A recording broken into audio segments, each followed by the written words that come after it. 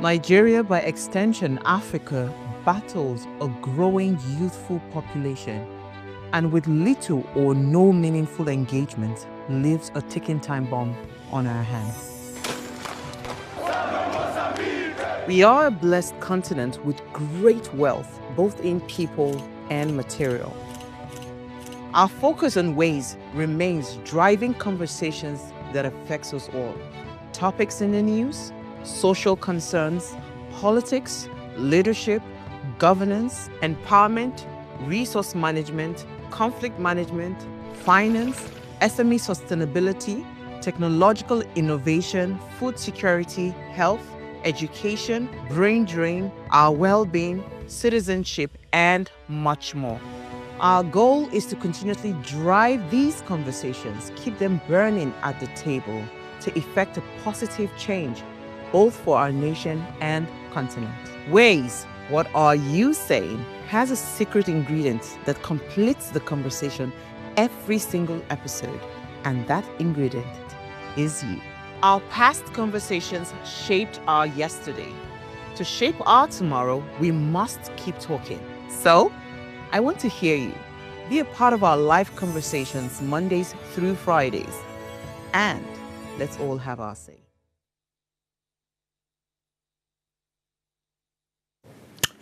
Since Nigeria's return to democratic governance in 1999, the country has operated under the 1999 Constitution, a document that many critics argue was hurriedly drafted by the military without adequate input from the Nigerian people.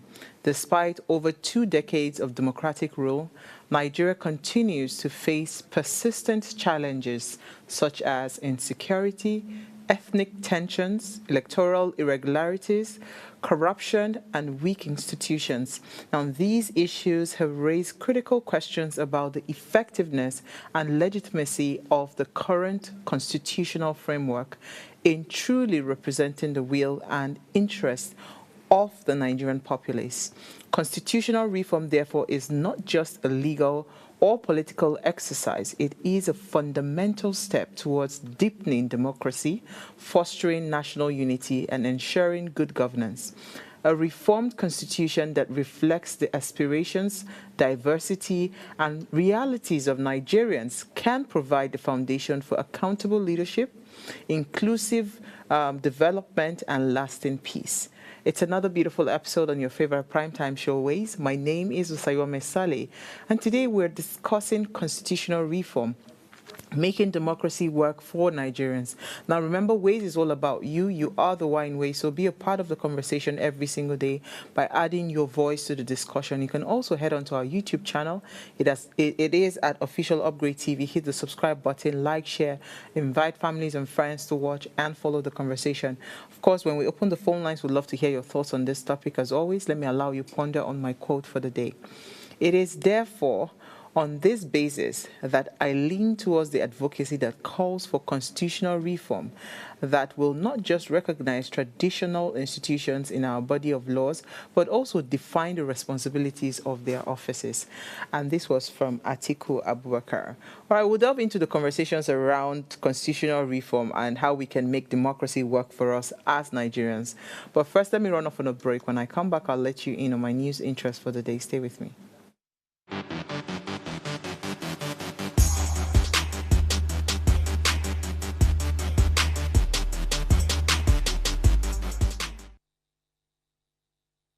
All right, I'm going to start with, thanks for staying tuned. I'm going to start with bribes now paid in dollars. And this was from Femi Falana as he condemns fuel subsidy removal. He is, of course, in case you don't know who he is, he's a human rights lawyer and senior advocate of Nigeria. And he has faulted President Bola Ahmed Tinubu's decision to remove fuel subsidy, insisting that the policy has worsened hardship and was a grave economic blunder. Falana reminded Nigerians that the subsidy debate was not new, but one tied to decades of IMF and World Bank prescriptions that have often left developing countries poorer. Falana accused the International Monetary Fund and the World Bank of dictating Nigeria's economic direction, including subsidy removal and naira devaluation, urging Tinubu to chart a more independent path. According to him, the unpopular decision has created social tension across Nigeria, and the activist also condemned, or the human rights lawyer also condemned, the growing dollarization of Nigeria's economy, faulting President Tinubu's recent practice of gifting footballers cash in foreign currency as a way out. And Falana, yes, he gifting football foreigners, yeah. So as a way out, Falana encouraged government to reconsider joining BRISC. That's the companies, I think is Brazil, Russia. Let me not mix it up, but I know there's Iraq there, there's something there, right? So as a full member, saying that the bloc provides better opportunities to reduce dependence on the dollar and Western financial institutions. Yeah.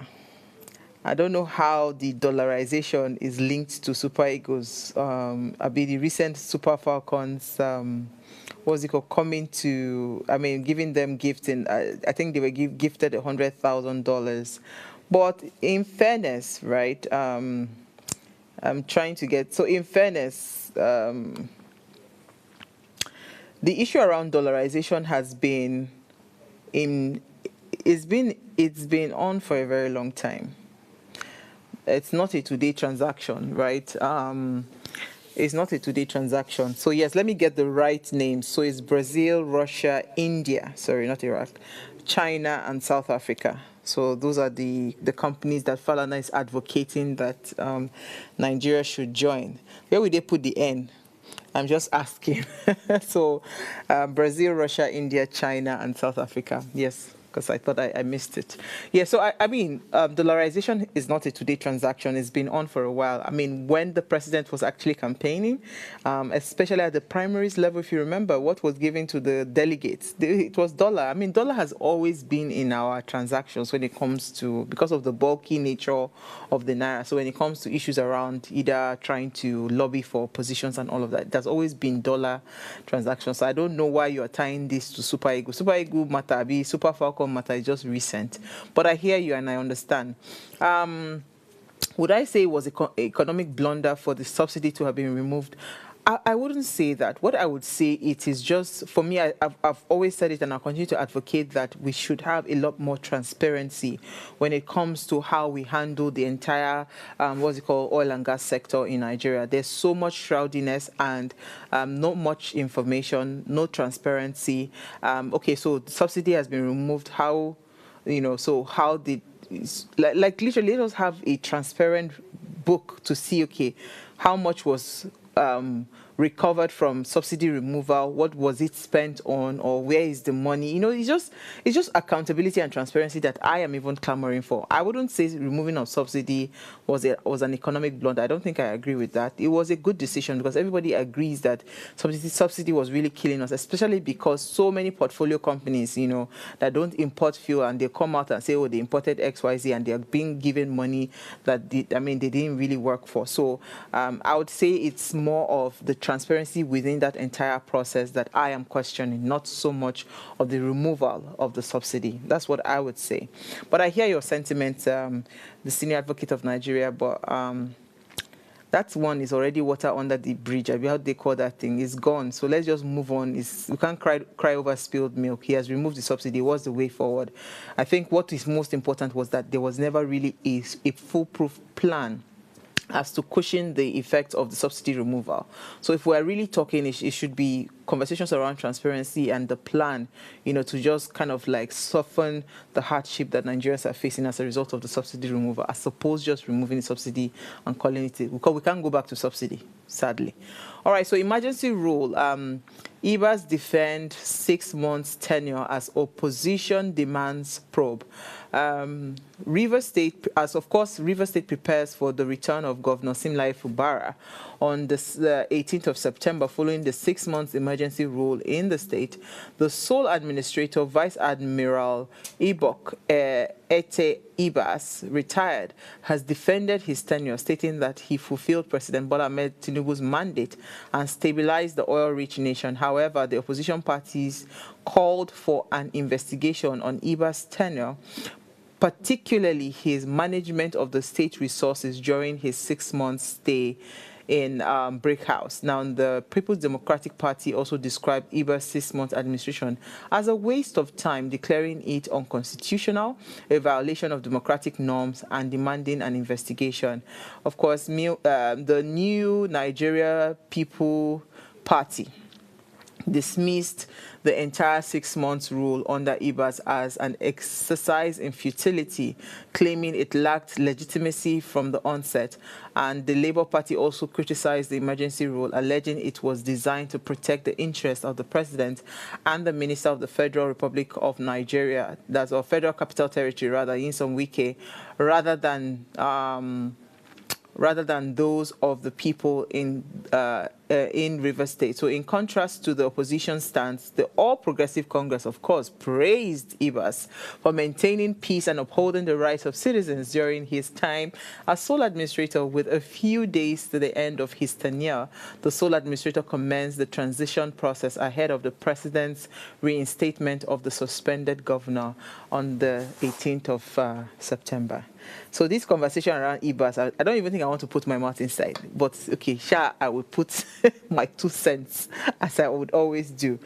I honestly don't have anything to say about the conversation on what the opposition are saying. So if you know that there was a violation, is it that we are going to continue like acting?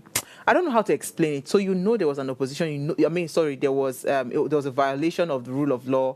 You know all of those things. So why did we keep quiet and allow the 6 months tenure to run through?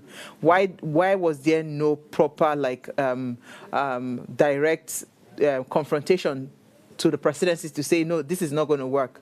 I don't know why.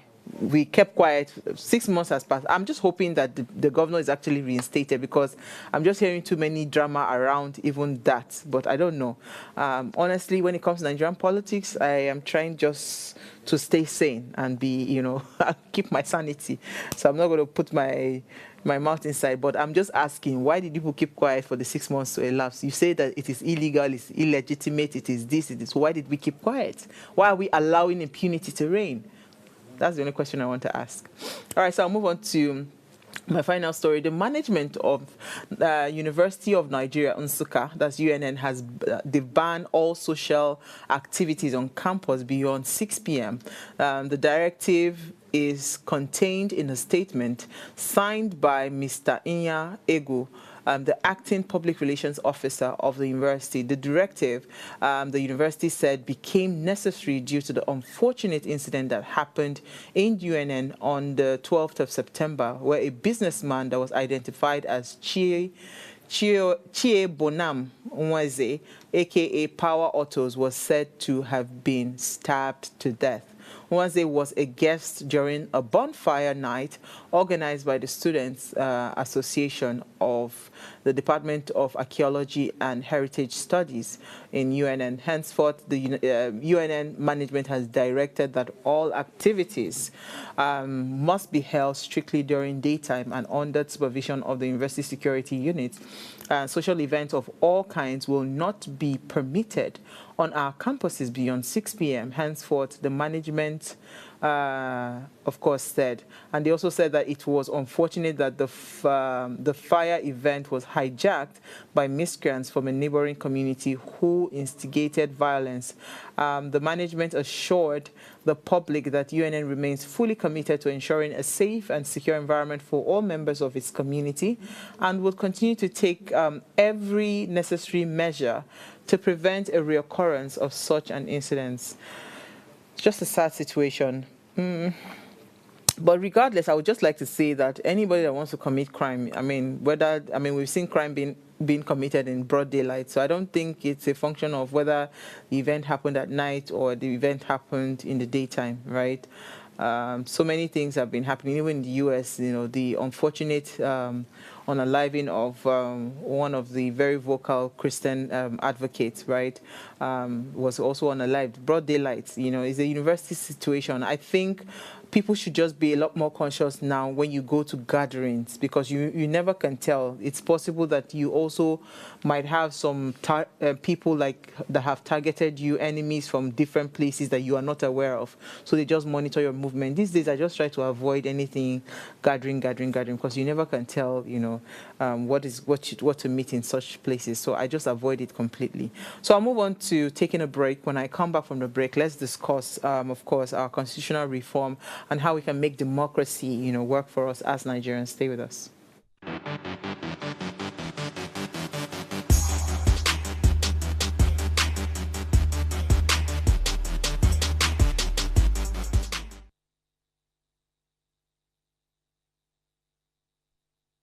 Tell us you're a Nigerian without saying a word. Energy security is one of the most pressing issues for many developing countries like Nigeria. And if there's going to be any meaningful progress, addressing our energy issues is non-negotiable. I need to see light for my house. Make them do something. Band A is expensive. I literally have to turn off all my appliances just to reduce costs. We need light. Introducing the Energy Outlook, your go-to show for everything energy. Every week, we'll bring you the latest insights, innovation, and in-depth analysis of Nigeria's energy sector. From policy discussions to regulatory insights, we'll analyze the key decisions influencing growth and sustainability in the energy sector. We'll bring you the human stories behind the headlines, giving you a personal perspective on the broader energy challenges. Join me every Friday at 6 p.m. for the Energy Outlook, your guide to the future of energy, where energy means business.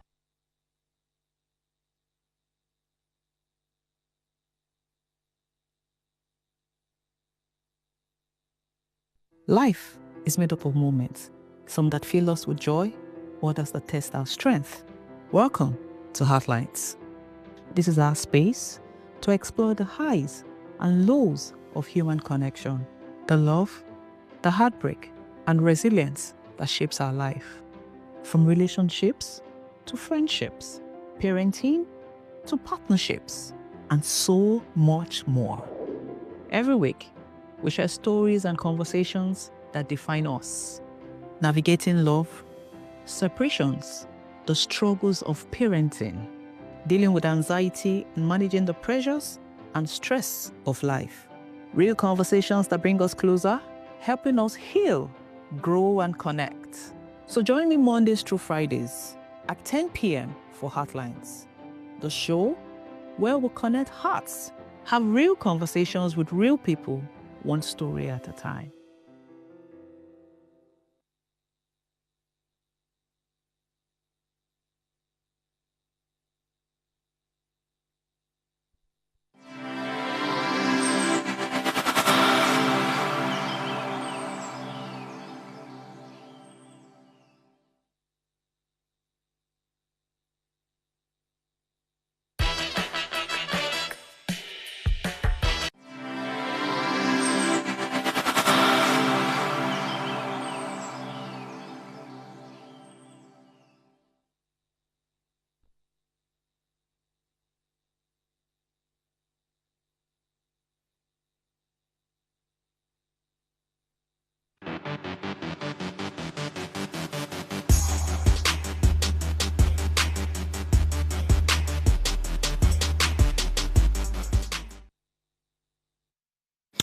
All right, September 15 marks the International Day of Democracy, a reminder that democracy is strongest when citizens are active participants, not passive observers.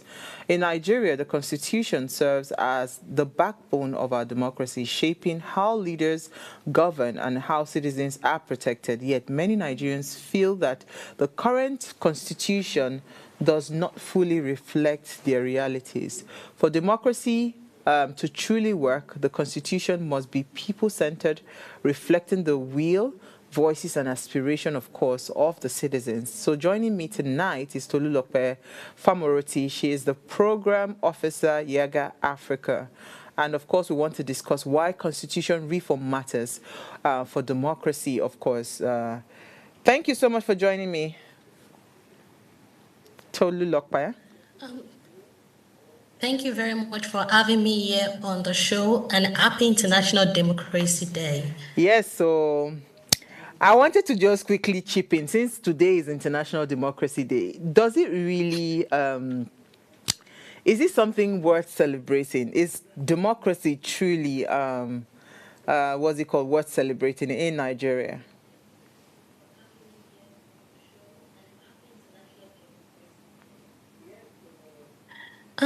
It's actually worth celebrating. Because we haven't gotten to our desired destination does not mean we shouldn't celebrate the process. I know the output of the process we are going through is not what an average Nigerian would expect. There's poverty in the land, the process is not trusted, but in all, democracy should be celebrated. And conversations like this would bring back the reason why people should think that, yes, they need to fight for their rights, they need to ask the right questions, they need to follow the process. So democracy should be celebrated. Yeah. Okay. So before we go into this constitution and how it is also key in making democracy deliver for Nigerians, right? We've had this argument, Uti and I, a friend of mine, Uti and I, we've had this argument about democracy and how she feels democracy is not really suited for Nigeria. Because Nigerians and the way Nigeria is not structured to be fully democratic. So her argument is we need something in between autocratic and democratic government. So something in the middle, right? We can't, we can't be totally at a democratic nation. Do you buy that argument? Because she said just the way we are wired, we're not wired to, not to, like literally we need to, they need to, whip us in line sometimes, just, by mere fact that we're used to not following laws, obeying laws and all of that. Do you agree with that argument? I totally disagree, because one of the major issues we face in Nigeria is lack of implementation of the laws that we have. And another major issue that we are encountering in Nigeria is that our constitution is military-based. It was handed over to us, Decree 24. It was handed over to us from the military regime. So if citizens are complaining that constitution is military-centered and handed over to us, and it does not reflect the true picture of what it should be, then can you see the argument does not really fall in line? Then if at all you think we should be in the middle, then we should be okay with the constitution that was handed over to us. At least it was handed over from the military government to a civilian government, and we should be able to do well with the provisions of the constitution, hence this conversation. So I think that because we have most of the abnormality is not normal to us, does not mean things cannot change. So, and the change begins with us. Interesting. So constitution reform, right? Let's go back to the topic, right? We know that one of the biggest challenges that we've faced as a people have said it that no matter what happens, the constitution is already flawed, right? And we can't really do much with the way the constitution is. And that's why we've had, I think before now we've had about 3 amendments and all of that, right? So how do we, because we had this conversation last week, Monday, on constitution, right? So I'm trying to expand beyond what we talked about, right? The constitution is designed to make us as citizens, make us feel like citizens. The constitution is designed to make us, Sorry, I can't Can you hear me? I missed that question. Oh, okay. So I'm trying to build up on the conversation. Can you hear me? Hello, Tolulokwe, can you hear me? Okay, I think we've lost her again. Okay, so I'm just trying to expand our minds as to why constitutional reform matters. Because you see, the constitutional reform is key, especially to making democracy deliver better for Nigerians. We can actually live in a society where things are working, just by the mere fact that they are, because it's like the foundation that holds us together, the laws that keeps us together, right? So why it matters for me, I would say that because it's supposed to strengthen us as citizens, right? It's supposed to give us a lot of power. A strong constitution, right? It ensures that as a citizen, I have stronger say in a stronger say rather in how my leaders behave, right? How they are chosen, and it also ensures that I can hold my leaders accountable. If we have reformed constitutions, if we have strong constitutions that is not weak, something that keeps us together, that binds us together. But I believe I have Tolulope back. Tolulope, are you back? I think Yes, the network. I'm back. I am sorry. Yes, the network is not the network is favorable the today. network is networking, but we are good. We will survive. Yeah. So I was just saying that. Yeah. That how do we start to insist? Because you see, when conversations around constitution is happening, nobody is actually paying attention. A lot of us are it is only the few people that understand the power of the constitution that actually are paying attention to what is happening, right? So tell me, how do we can we get to that point where the constitution, the way it is formed, right, it actually works for the good of Nigeria and the citizens in the country? Yes, I would say we can get to the point where the constitution can work for citizens of Nigeria if citizens of Nigeria know the content of the constitution. An average Nigerian do not even know his or her fundamental human right. So when citizens are demanding for an amendment or an overhauling of the constitution, the question is, what section are you referring to? What particular section is not favoring you? How do we amend that section? And when an amendment to a particular law happens, or when we have a situation of repeal or reenactment of the law, it shows that the percentage of the amendment of that law supersedes the remaining sections that are not amended. That's what bets a renewal of a law and a rebirth of a law. So when we are talking about if the constitution can work for us, one thing we need to start putting in place is an awareness of the content of the constitution. People need to be aware of the content of the constitution, what the constitution says. And they now need to point out the particular section they do not agree with. They need to interface more with their representatives. Most people do not even know the roles of their representatives. They don't know they can interface with their representatives. They don't know that they can make their demands. They can lay their claims to their representatives. So all these need to be laid bare so that we would know those particular sections that affect them wrongly. And then we can start advocating for a reform in that sector. We are clearly aware that a particular sector has actually put up an amendment to the constitution that seeks for additional seats. And that is exactly what we are talking about.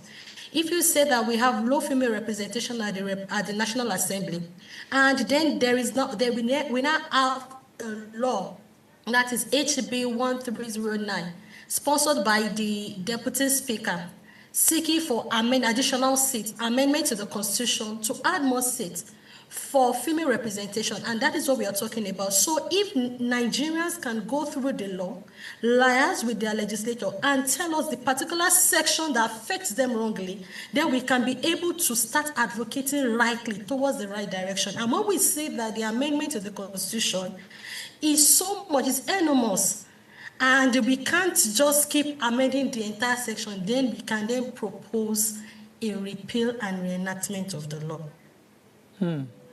This is interesting.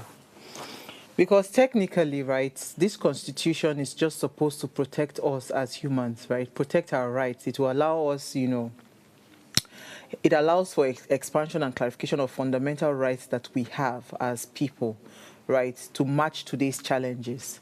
So you see that issue around extra seats for women, because you brought it up, Yes. I've had a bit of conflict on my inside, and I'll tell you, this is my honest what's it called? This is my honest opinion.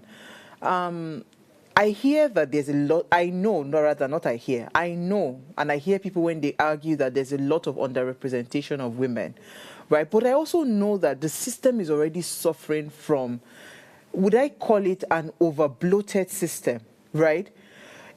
Couldn't there have been another better way to find, women inclusion when it comes to what's it called, representation, as opposed just insisting on those extra seats? Because when you talk about extra seats, we're already shouting, right, that there is so much there's so much spending of what we do not have with governance right now in Nigeria. So now having extra seats and doing all of those extra things, it kind of expands the problem, don't you think so?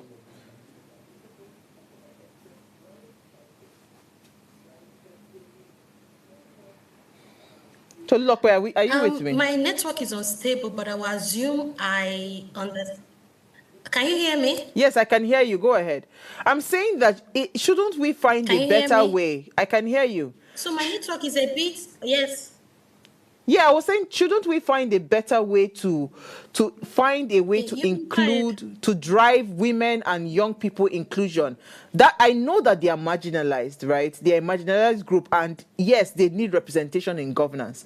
But the governance structure that we have today is already over bloated, and we are complaining about spending. We have a lot of reoccurrence expenditure that we don't really have. We are borrowing to pay salaries and all of that. Shouldn't there be a better way to find that inclusion for young people and women, as opposed to increasing the number of seats?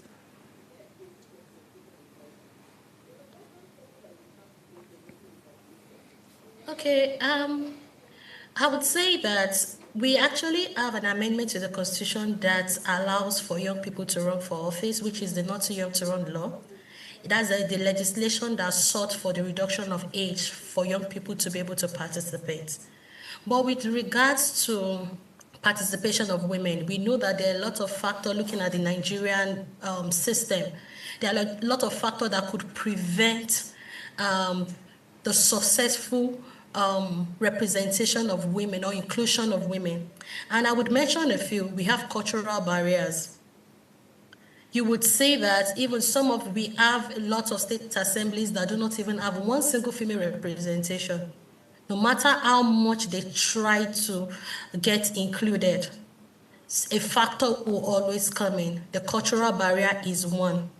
Looking at our social culture, there is this social culture that finds a way of stigmatizing women. That is also a factor. What about the financial implication? Most women are not able to purchase even the form. They are unable to purchase the form. So, but then they felt that if there is a major constitutional amendment, according to Section 1 of the Constitution, which talks about the supremacy of the Constitution, if it's included in the Constitution, the political parties would have no right but to ensure that they operate a mirroring system whereby if at all a particular seat rather is reserved for women strictly and they go through the same competitive levels such as the same way every other person competes for a seat. I think this is the only way reasonably that could regulate the system in Nigeria. Because if you ask women, even the last election, some political parties will tell you that, oh, they gave free nomination form to women. And another school of thought will say that then they are not competing fairly. That was another school of thought saying that women then are not competing fairly. That means it was handed over to them a la carte. So I think the system alone is not favorable to women. And for us to be able to amend this, then the women need to be there to be able to correct this. So I think the system can afford additional seats for. I doubt that very strongly. Financially. Because, the funny thing is that this is the country where Minister for Women Affairs, a man is trying to go into that position. So I'm very certain that when they increase this seat for women, so some men will still want to go for that seat. But let's go on a break. When we come back from that break, I have a follow-up question, to take the conversation forward. Stay with us. We'll be right back.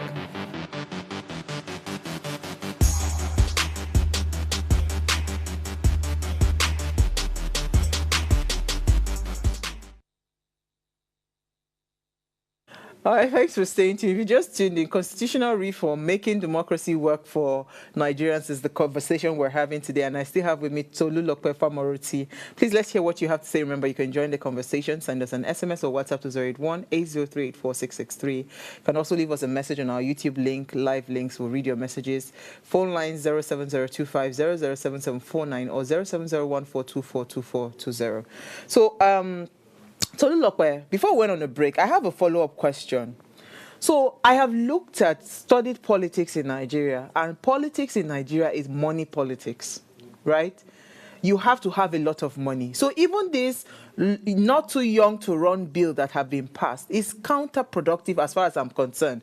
Because if you are expecting me to go and bring billions to be able to run for office, maybe Senate, there was a video that went viral as to how much a senator needs to spend, how much a governor needs to spend, House of Rep member needs to spend, even your commissioners and your House of Assembly members, how much they need to spend to get to that seat. It's already counterproductive. So you have that high cost of politics, right? And you tell, not too young to run, law that is signed. How many young people can afford to bring out billions to be able to run for governor or run for say, maybe Senate and all of that?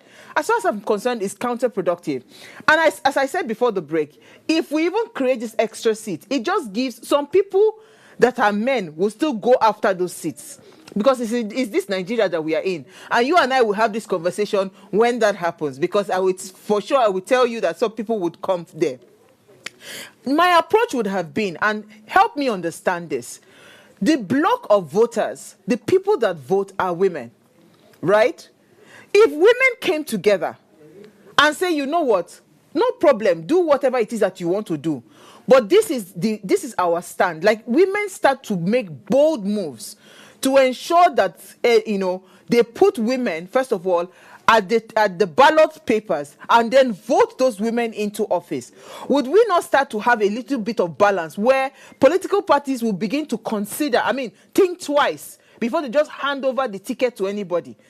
And because, again, it should be about competence, because you talked about unfair treatment if a woman is given a form. It will still be the same playbook that will be brought forth when women are given seats. They say, after all, you did not earn it and they just gave you an allocation. It's still going to be the same playbook. So I'm saying that shouldn't there be a different strategy if we truly want to bring more women at representation level?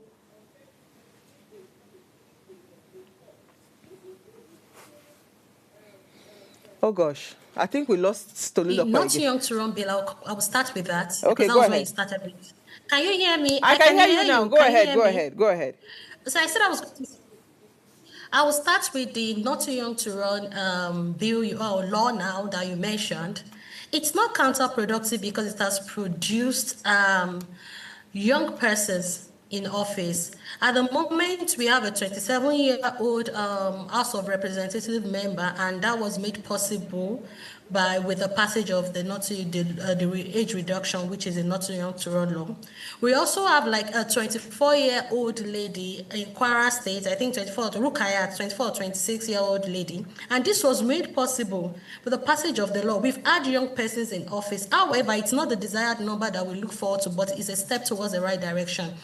And this taking me then down to the cost of participation, the cost. Yes, you are right. The financial barrier is a major issue, and we need to understand that politics is often seen as a male-dominated space.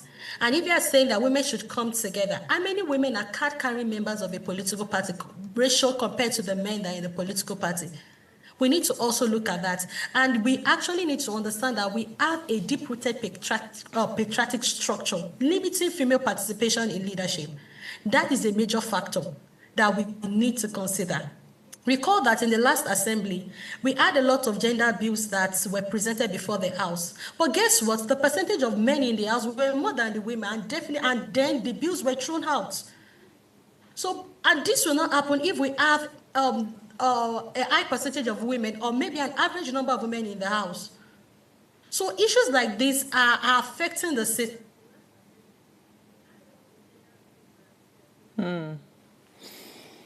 Well, I hear Tolulope, honestly. I hear her. So issues like affecting. Yes, can you hear me? Okay, Tolulope, I lost you for a second. So you said issues like this are affecting. Can you hear me? Go ahead. Yes, go ahead now. And then we need to then find a way of restructuring the political parties. There's actually a bill before the National Assembly that seeks to restructure the political parties, a political party bill.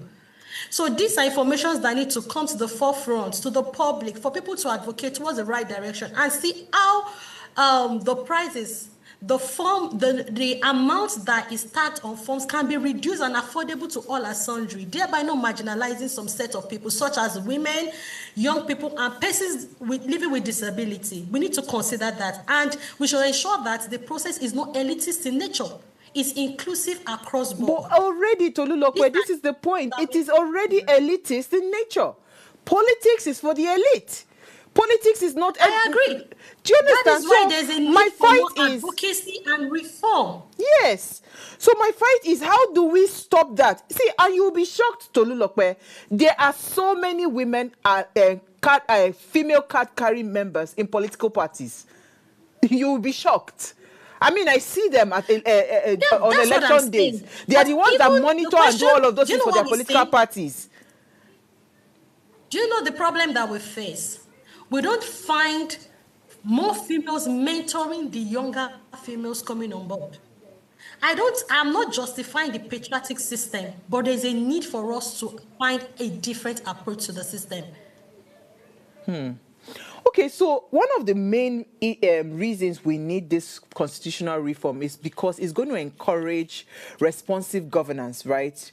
And give room for us to expunge all these outdated laws. And it can be replaced with the laws that represent our present-day realities. Look at what you've said. Because if you even look at by the numbers, if we stick to this gender conversation, right? By numbers, it seems like we, female gender, we are a lot more, than the male gender. So I'm saying that, a lot of these laws were enacted or created when there was no much, to put side by side with those laws. Today we have options. We have a lot of things going on. We have young people. We have so many women, that are also interested in governance and all of that. So how do we ensure that, political or leadership, right, reflects current day realities, or governance reflects current day realities? All right. I love that question. But in as much as I want to agree that the content of the Constitution is outdated, but we've had recent amendments to the Constitution. And the recent amendments we've had to the Constitution reflects the current day realities. An amendment to a particular law shows that trying to propose an amendment to a particular law reflects that you are trying to expunge a particular section to reflect what is acceptable. So when people start making arguments that yes, the Constitution was passed down by the military, I agree with that. But we've had a lot of alteration. For each assembly that comes on board, one of their major legislative agenda is constitutional review. So what happens to the review that happened in the previous assembly? One begins to ask. And you need to understand that the processes for constitutional review is not a small process. It's a very difficult process that involves the 2/3 of the House and also 2/3 of the State Assembly, meaning that it has to be then 24 states would have to pass the content of the Constitution. So if we keep doing this every 4-year cycle, so what happens? So what happens to the amendments we've been doing every 4 years? Is it that it doesn't reflect the current reality? One begins to ask that. What I would say is this: there is need for people to understand the provisions of the Constitution and ensure proper implementation of this Constitution. People need to understand the provisions of this Constitution and start asking the right questions. When people ask the right question, then they will be able to understand that, yes, this particular provision is reflected in our laws and there needs to be practical implementation of this law. So that is what the citizens need. So by them asking the right questions, then they would know what their representative is doing. They would then be able to juxtapose within the response, the answers they are getting from the government, from the lawmakers, if it's in tandem with the provisions of the Constitution. But when citizens do not even understand the provisions of the Constitution, for every amendment that is made to the Constitution, they do not even understand the process. They don't participate in public hearing. The Senate hosted public hearing in the region. How many citizens were there to submit memorandum, to present their views? How many groups met to ask questions? I want to quickly give this analogy to Lulokwe. When my son was barely like a year old, and we were trying to move him to a new school, and where he was coming from, I think he was Montessori learning, so they wouldn't start to write until maybe like 5, right?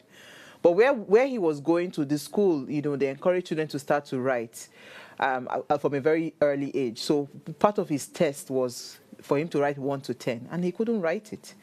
So because his brother did so well, they called us back for a second test. He did it. It was even worse than the first one. And when he was asked, he said, I don't know it. I don't know what you're saying. The thing you are talking about citizens, saying that they should be interested, they should be this. Nigeria is structured in a way that they intentionally keep citizens away from constitutional matters. We are not interested, we're not vested in national issues. So when we're talking about being truly patriotic, right? That patriotism, it is sown. Because every child is born in a clean slate, right? Tabula rasa. Patriotism is sown and planted in the hearts of citizens. And it is planted in the hearts of citizens by government that care about the citizens' welfare, and they want the citizens to hold them accountable. So we've not built a system that imprints patriotism, that imprints that idea of national interest, national goal, national vision into the hearts of the people. How do you then expect the people to be interested in issues around constitutional reform, right? It doesn't work that way. If democracy must truly work for Nigerians, constitutional reform must be... I actually disagree. No, but hold on. The constitutional... I actually disagree. It must be approached with a sense of sincerity and inclusiveness and national interest at heart. How have we planted that in the hearts of people? And how are the politicians proving that every action that they take, it's coming from a sincere place? Because you have to teach it, you have to imprint it in the minds of people for people to be interested in national issues. I can't just wake up and I say, I want to know about constitutional. No. When you go to other parts of the world, they teach their histories at nursery level. All right. What are we doing? No, the question is, no. The reason why I said I disagree with you is this. The Constitution is available to everyone. I recall that when the public hearing on the constitutional review, it happened recently, this year, in the month of July. It was announced on television. Even it was published on national newspaper. I would want to say that they intentionally want to exclude the citizens from the process. I understand that the process has its own issues, but citizens were involved. I recall that even we from the civil society, we tried putting ourselves together to draft it. Meted at the regional public hearing. These were processes that we did. And sometimes there were even times that I intentionally tried to take some issues that happened in National Assembly and maybe post it on my social media platform, just to ensure that people are informed. It's just that our reading culture and awareness culture, the interest to be informed is not there to an average citizen. They would rather believe their celebrity over an issue because their mindset has been set on a particular level. So we need to understand that. I have a copy of my constitution and I go through my constitution. I don't sit to wait on what they tell me on the television. I look at the content of the constitution to understand my rights, to understand the section, to understand what the law is saying. And I ask questions. Tolu. If as any citizen has ever brought it up that, oh, this issue happened, I understand that the system is flawed. Okay, taking it away from constitutional review, we have seen situations whereby even there was no public hearing for issues. what happened to the passage of the national anthem, the bill that was passed into law in one day. Yes, they were flawed, and issues were raised on that. But constitutional review does not happen in that manner. It has to go through the first reading, second reading, public hearing, committee stage, then to third has to pass it on the national level, state houses of assembly, and must be passed by at least 24 states. So when it gets to the state level, what? Tolu? Okay, I think we lost Tolu because I wanted to just help her out because it's the same points that we're making it in different parts. When a government is ready to educate the people, proper education, right? Part of proper education, right? Part of the goal would be to issues around governance, issues around the nation interesting. It's part of your goal to drive that interest as a government. You're supposed to be the one to make people fall in love with the idea that I'm a Nigerian, right? And all these things is tied up to how you present the story. If you go to even elections globally everywhere, sometimes the people go as far as bringing the TikTok sensation and whatever sensation that they like to speak the language for them. So if truly the Constitution matters and you truly want to bring public awareness and drive citizens' engagement, with the Constitution and with our lawmakers and with the people at the helms of affairs, there's a way you will go about it. You have to be able to pick their interest in their language. But I understand your point. Yes, we have gotten to that place where people don't read. This content now, you probably see 10 views, 20 views. But if you go to other content that somebody is shaking their bum bum on TikTok, you will see so many views. It is all part of the process. And just to add, what I'm trying to say is that it's a collective effort. The government, yes, they are meant to be blamed. Media are supposed to do better. They need to inform the public better. Civil society need to do better. National Assembly need to do better. The State House of Assembly need to do. Even the citizens need to show interest in this process. We all need to do better. The question is this: who do we call the government? The government comes from us. Once President Tinubu is out, then the next person would come from us. Still the same people we call citizens. So we all need to do there need to be an handshake across board, so Absolutely. that this can work better. Tolu, I've had a fantastic time with you. Unfortunately, this is our network, but we definitely would love to have you back. I love the debate. We have more arguments, it's just that we don't have time. But I love your angles and I love your optimism because I can see optimism from your voice. It's good. We need it in Nigeria. Some of us just need to keep on playing the devil's advocate, to just push the conversation forward. But to be able to push and drive this content, honestly, we have a lot of work to do because guess what? We are the ones that have created the citizens that we have today that are not interested in things around governance and things around constitutional reform, like what's going on. That's not their problem, right? So we need to be able to find a way to creatively bring back interest into conversations that matter, that are also serious conversations. But thank you so much for your time, Tolulope. We've really had an amazing time with you. All right, so democracy thrives when citizens are at the center of governance, right? The Constitution is not just a legal document. It is the framework that determines how democracy works in Nigeria, how you and I are going to survive, whether we are going to live well or we are going to thrive, right? To make democracy truly serve Nigerians, reforms must be people-focused, right? It must be inclusive. It must be very transparent.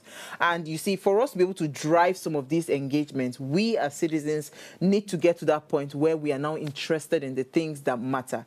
Because these are the foundation of whether you are going to be sustained or whether you're going to just be existing or you're going to start considering to jackpot out of Nigeria. These are the things. So we need to be interested in issues, that are being discussed around the Constitution. Thank you again for watching. Of course, before I go, ensure you subscribe to our YouTube channel. It's at Official Upgrade TV. You can interact with us further, drop your comment, and most importantly, follow all our engagements on social media, like, share, invite families, friends, frenemies, everyone to watch and follow the conversation. If you missed our very interesting quote, right? This was Atiku speaking to the the role of traditional rulers. It says, "It is therefore on this basis that I lean towards the advocacy that calls for constitutional reform that will not just recognize traditional institutions in our body of laws, but also define the responsibilities of their offices."